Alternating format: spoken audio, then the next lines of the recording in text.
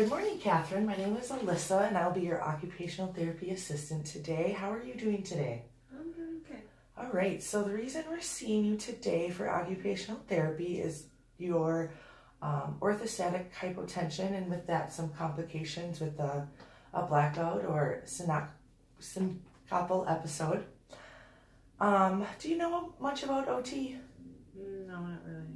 All right, so occupational therapy, we provide different types of interventions that allow people to perform daily occupations and help manage symptoms and pain that they experience due to their diagnosis. Does that sound good for you today? Yeah. Yeah, so we'll work on a few different techniques to increase maybe your standing tolerance, to just increase your blood flow, and then just a few ways to reduce some of the symptoms that you're experiencing from your diagnosis.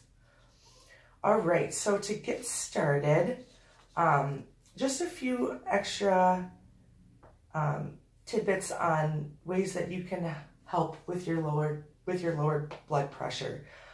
So when you have prolonged or motionless standing, that tends to increase the symptoms that you're experiencing, dizzy, nausea, so just kind of moving around a little bit extra.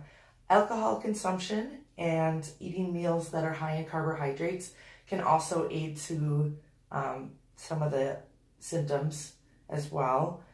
Also, high heat exposure and early morning symptoms due to prolonged recumbency overnight. So like you're motionless, laying still. So are there any times during the day where you feel like your symptoms of dizziness, fatigue, and weakness are kind of at their greatest? I'd say when I first get up in the morning, and then sometimes when I'm like cooking a meal. All right, that sounds good. So for the first part of this session, I'm just going to show you a technique for getting out of bed that will help you reduce some of those symptoms of feeling dizziness right when you get up. So it's basically just taking your time, going a little bit slower, getting out of bed. And then we also have a glass of water next to you if you need. So to start with, I'm just going to have you lay all the way down like you would at night. All right, so in the morning, we don't want to pop right up. So I want you to slowly sit up, and you can do that by first sliding your feet off the edge of the bed.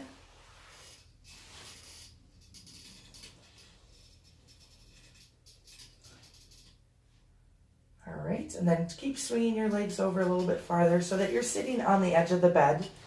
Just take a few extra deep breaths. Have a glass of water nearby if you need to have a little bit of water. And then when you feel like you're ready, slowly push yourself up off of the bed and to a standing position. Wonderful.